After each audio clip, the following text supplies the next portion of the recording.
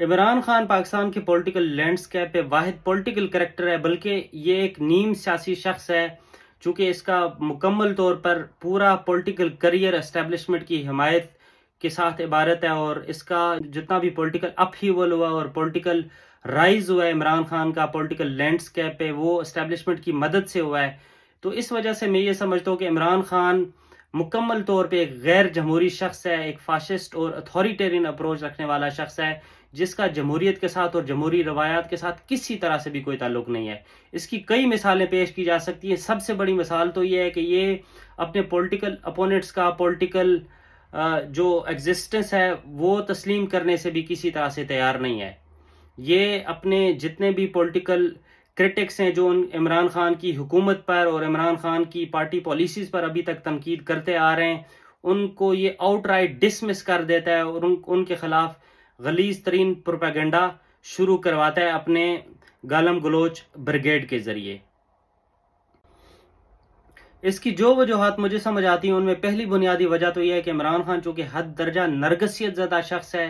اور نارسسزم میں اس قدر اندھا ہے کہ ہر وقت میں کرتا رہتا ہے، چونکہ یہ خود پسندی اور خود فریبی کا شکار شخص ہے اور اپنے علاوہ کسی بھی دوسرے لیڈر کو کسی طرح سے بھی یہ پسند کر ہی نہیں سکتا۔ دوسری بنیادی وجہ یہ سمجھ آتی ہے کہ یہ ایک میگیلو مینیک شخص ہے۔ یہ بنیادی طور پر نفسیات کی ایک ٹرمینالوجی ہے جس کا مطلب یہ ہے کہ اپنے آپ کو ہی سب سے اہم ترین سیاسی لیڈر سمجھتا ہے اور یہ سمجھتا ہے کہ یہ اور پاکستان کا پولیٹیکل سسٹم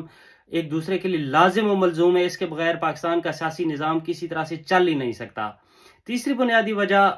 مجھے یہ سمجھ آتی ہے کہ یہ چونکہ ایک ڈیلوژن آف گرینڈیور کا شکار ہے، خبت عظمت کا شکار ہے، اس وجہ سے یہ سمجھتا ہے کہ یہ امت مسلمہ کا سب سے بڑا سیاسی لیڈر ہے اور ملکی جو پولیٹیکل لینڈسکیپ ہے اس پہ کوئی بھی ایسا سیاسی لیڈر نہیں ہے جو اس کے قد کاٹ کو اور اس جیسی اپروچ رکھنے والا شخص ہو۔ اس وجہ سے اس کے خلاف کوئی بھی سیاسی لیڈر نہیں کھڑا ہو سکتا اور اس کو تنقید کا نشانہ نہیں بنا سکتا اور اس کی مخالفت نہیں کر سکتا۔ چوتھی بنیادی وجہ یہ کہ یہ ڈیلوژن آف پاور کا شکار ہے، پاور obsession کا شکار ہے اور پاور لسٹ کا اس قدر شکار ہے کہ یہ سمجھتا ہے کہ جی یہی اقتدار کا واحد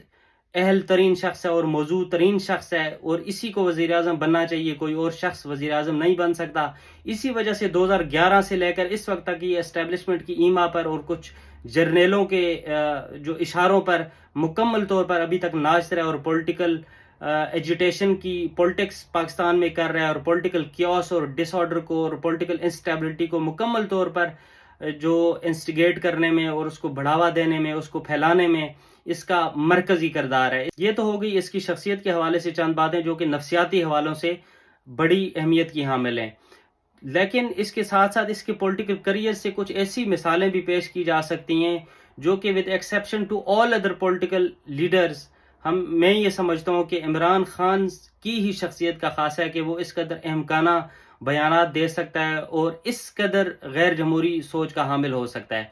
اس کی پہلی بنیادی مثال یہ ہے کہ یہ اپنے آپ کو سب سے بڑا جمہوری لیڈر اور مہاتما تو سمجھتا ہے، لیکن اس کے باوجود اس نے مشرف کے انکانسٹیٹیوشنل کو اس کے ملٹری ٹیک اوور کو، اس کی ملٹری ڈکٹیٹرشپ کو سب سے پہلے ویلکم کیا تھا، اور اس کے بعد مشرف نے جب اپنی اس انکانسٹیٹیوشنل لیگل فریم ورک کو ایک قانونی جواز دینے کے لیے ریفرینڈم کروایا تو یہ اس کے لیے ووٹ مانگا کرتا تھا۔ تو آپ اس کی جمہوریت پسندی کا اندازہ لگا لیں۔ دوسری بڑی مثال یہ ہے کہ یہ شاید دنیا کی جدید سیاسی تاریخ کا واحد چیف ایگزیکٹو ہوگا، وزیر اعظم ہوگا، جس نے اپنے چیف آف آرمی سٹاف یعنی قمر جاوید باجوہ کے بارے میں یہ بیان دیا کہ وہ ملکی تاریخ کا سب سے بڑا اور سب سے جمہوری جرنیل ہے، یعنی کہ اپنے جو چیف آف آرمی سٹاف کی تعریف و ثنا میں اور اس کی خوشامد میں اس قدر آگے بڑھ گیا کہ اس نے اپنے عہدے کا بھی خیال نہیں رکھا، اس کی تکریم کا خیال نہیں رکھا۔ اس کا مقصد بنیادی طور پر یہ تھا کہ ایک طرح سے ون پیج قائم رہے اور اسٹیبلشمنٹ کے ساتھ اس کے تعلقات برقرار رہیں اور تمام کے تمام کریڈٹ یہ جنرل باجوہ کو دیا کرتا تھا اپنی حکومت کے۔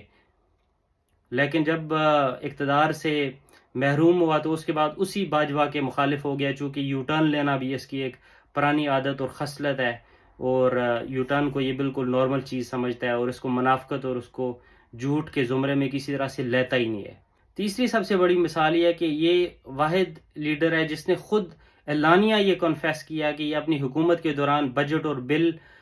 پاس کرنے کے لیے ایجنسیوں کے ذریعے بندے پورے کرتا تھا، اور ایجنسیاں اس کو بندے لا کر دیتی تھی، اس طرح سے یہ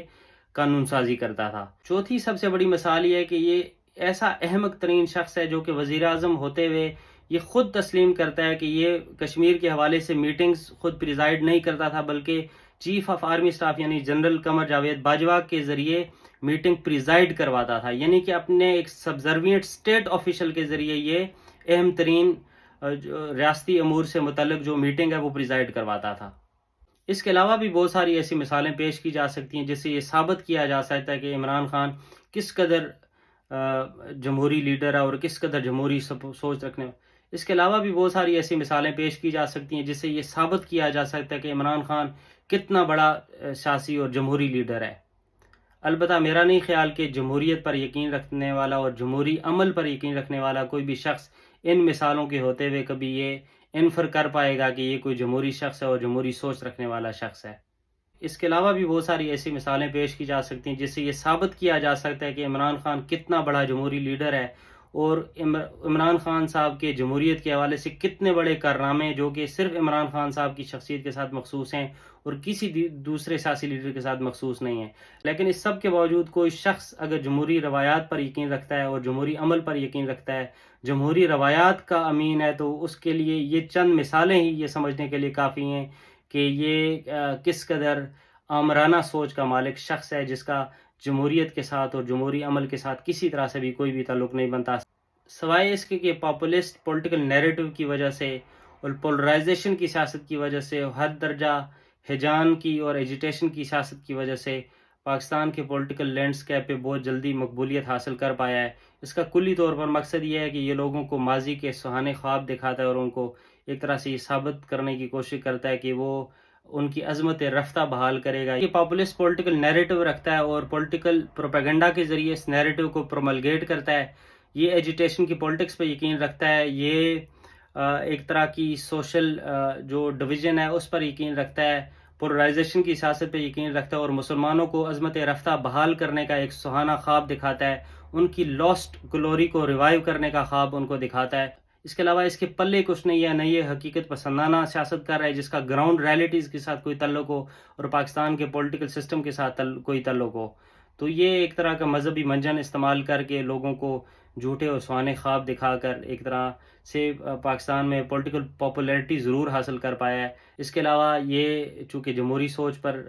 کسی طرح سے یقین رکھتا ہی نہیں ہے، تو میرا نہیں خیال کہ اس کا بہت ہی کوئی برائٹ پولیٹیکل فیوچر ہے، اور پاکستان تحریک انصاف کسی طرح سے بھی ایک پولیٹیکل پارٹی کے طور پر ایمرج کر سکتی ہے جب تک کہ عمران خان صاحب حیات ہیں۔